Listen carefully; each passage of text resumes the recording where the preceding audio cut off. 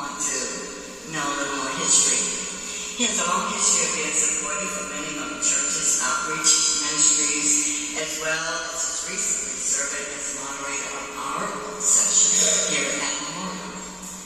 Now, Dr. Thomas came to Charlotte by way of Cleveland, Ohio, to become the first African American to serve in the newly organized Presbytery of Charlotte as the Associate General Presbyter, the Presbytery of Charlotte.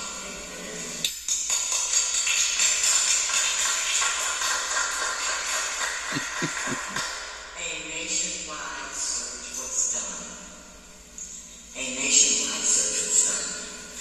When he was called to meet Presbytery, and when he was introduced and elected, something I think never happened before in Presbytery.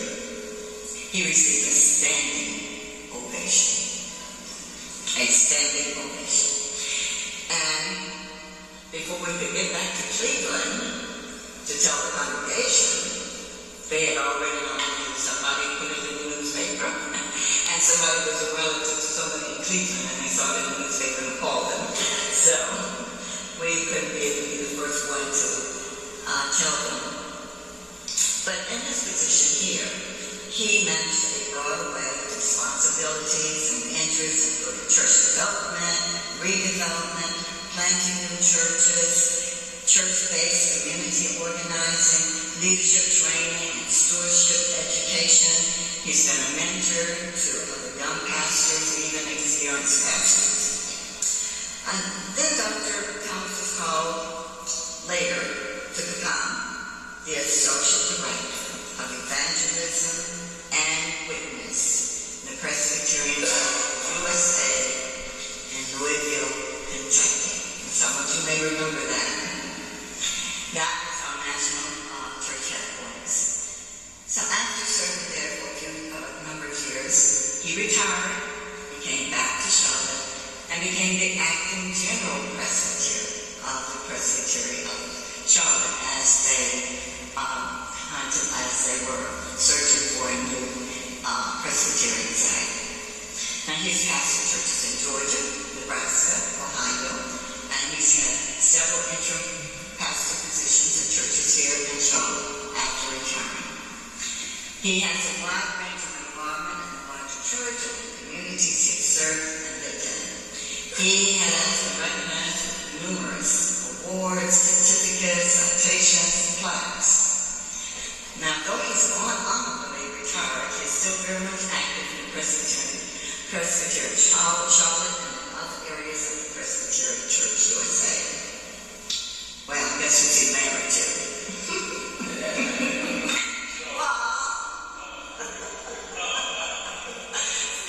Linda P. Mars Thomas. We have 3 adult children and 3 grandchildren. He loves his family, sports, walking. Anybody for fishing, let him know. He's ready to take you up. And reading from his dad's library of over 2,000 books. And yes, he can tell you what's in each one of them. Now, his granddaughter took one summer to organize all his books in his home library, and she's been typing up his whole handwritten sermons, before typewriters really came about. So he has about 20 plus volumes of sermons that he has written. Is it 20 or 30? I can't remember. It's 30? 30 volumes, okay. So, I am proud to introduce to some and to reacquaint to others our own Dr. James A. Thomas as our minister today. I do not consider him, I don't think we consider him a guest minister, do we? We consider him one of ours. I know he has a good word from the Lord to share with us. And thank you very much for listening in.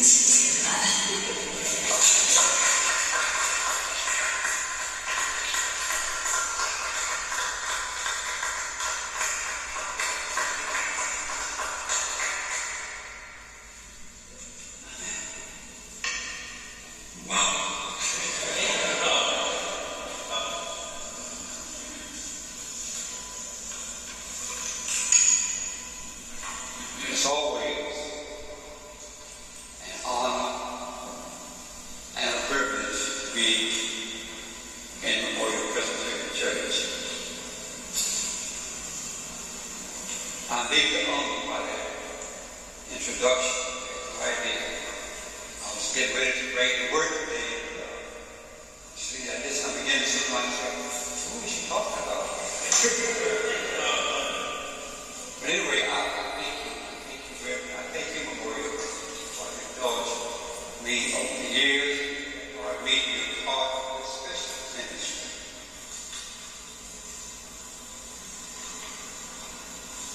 Brothers and sisters in Christ, how many times have we said, verbally or by a certain group, that can't nobody tell me what to do?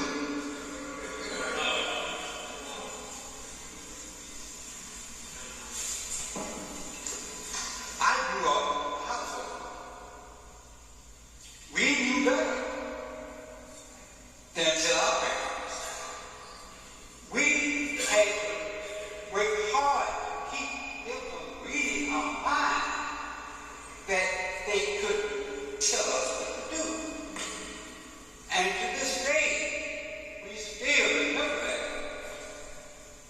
that there was no way we were going to tell our parents, you can't tell me what to do.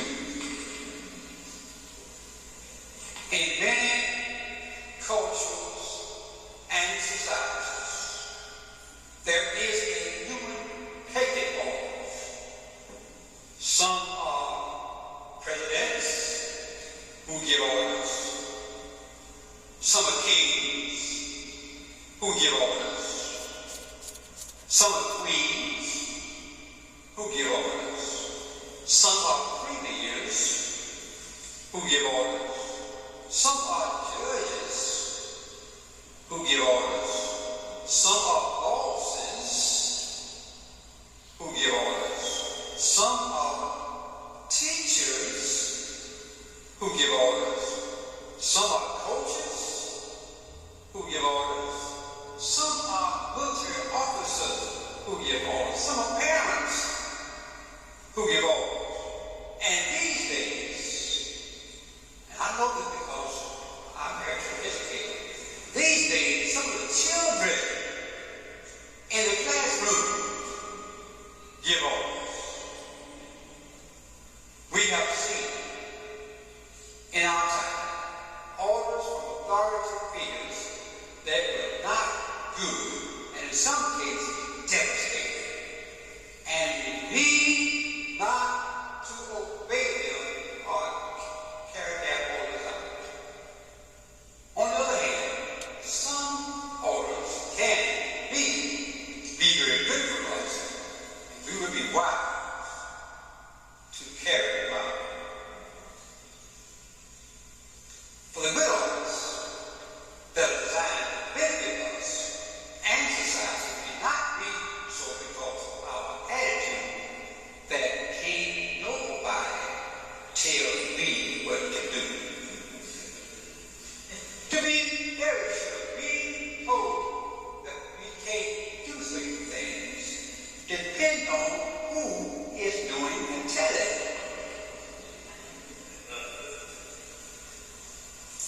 Are you with me this morning? We human beings are capable of being bossy. Let me say it quietly. Some of us human beings are capable of being bossy and constantly barking our orders and lead to resentment and broken relationships. You don't look right like that, I'm sure. On the other hand, well-intended, sound, and wise orders can lead to good health, happiness, and well-being.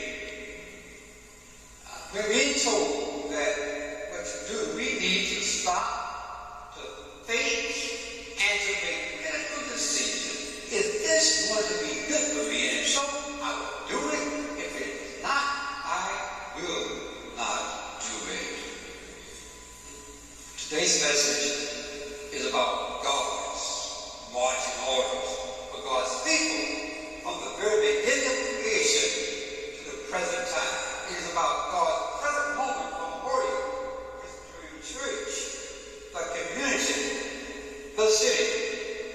the state, the nation, and the world. We are in serious trouble, brothers and sisters. Make no mistake about it. 2 Sundays ago, before I left the sanctuary, I picked up a copy of a sheet of paper that said Project 25.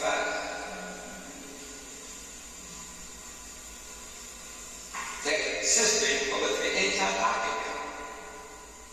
We need to read it, understand it, and don't take the order seriously. Because God has not finished with us yet. God found Abraham from what is now at the time called Chaldean, but now it's called Iraq, and started a journey with him that connects all humanity with the source of all life, the God of all creation, and established a relationship with him, and said to him, Abram, at the time they called Abram, I want you to leave this place. I want you to go to the land I want you to live. Pack up your things and leave.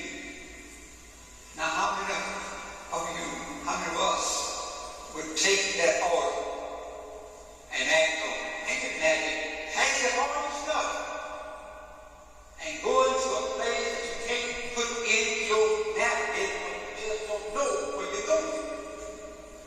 But Abram was called and discerned, and God would speak to him to get up and go to a different place. There he would be led into a promised land.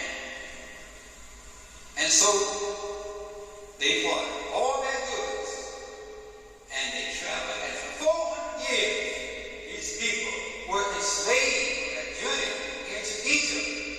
But they never gave up hope that God would deliver them and use them to further the journey of salvation. And so they prayed that God would set them free to be God's people. And finally, God showed up and called Moses to lead them to the promised land. A land flowing with milk and honey. Listen to the scriptures.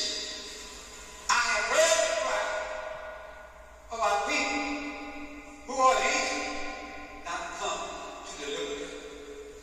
The journey on which God's people embark is not easy as it never is.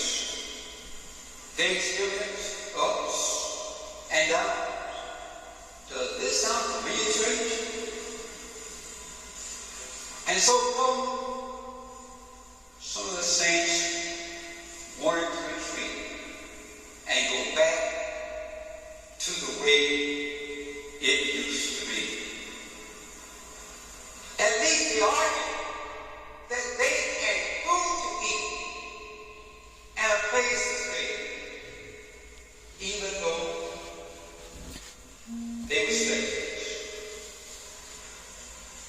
Pastor Moses had delivered on his hands. The enemy was on that trail, and the sea of red was before them, and the horses were here, the Egyptians coming after them. They cried out, Moses, how can you do this to us? How can you lead us to this place? It would have been better for us if we had just left us alone in Egypt to die. At least we had raised them. But out here, there's dead people in the desert. Friends, we can never make progress in a backward direction. Consider the intoxicated man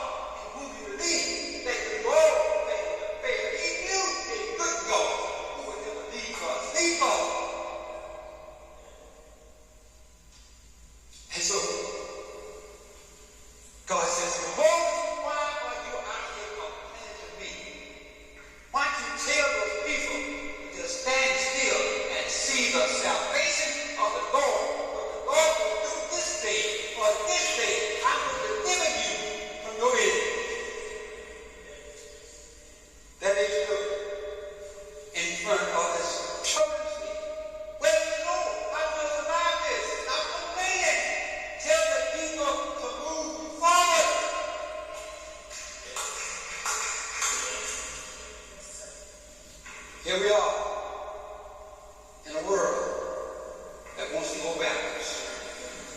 Here we are sometimes even in the community, the church wants to go backwards. But I tell you again, we can't go back.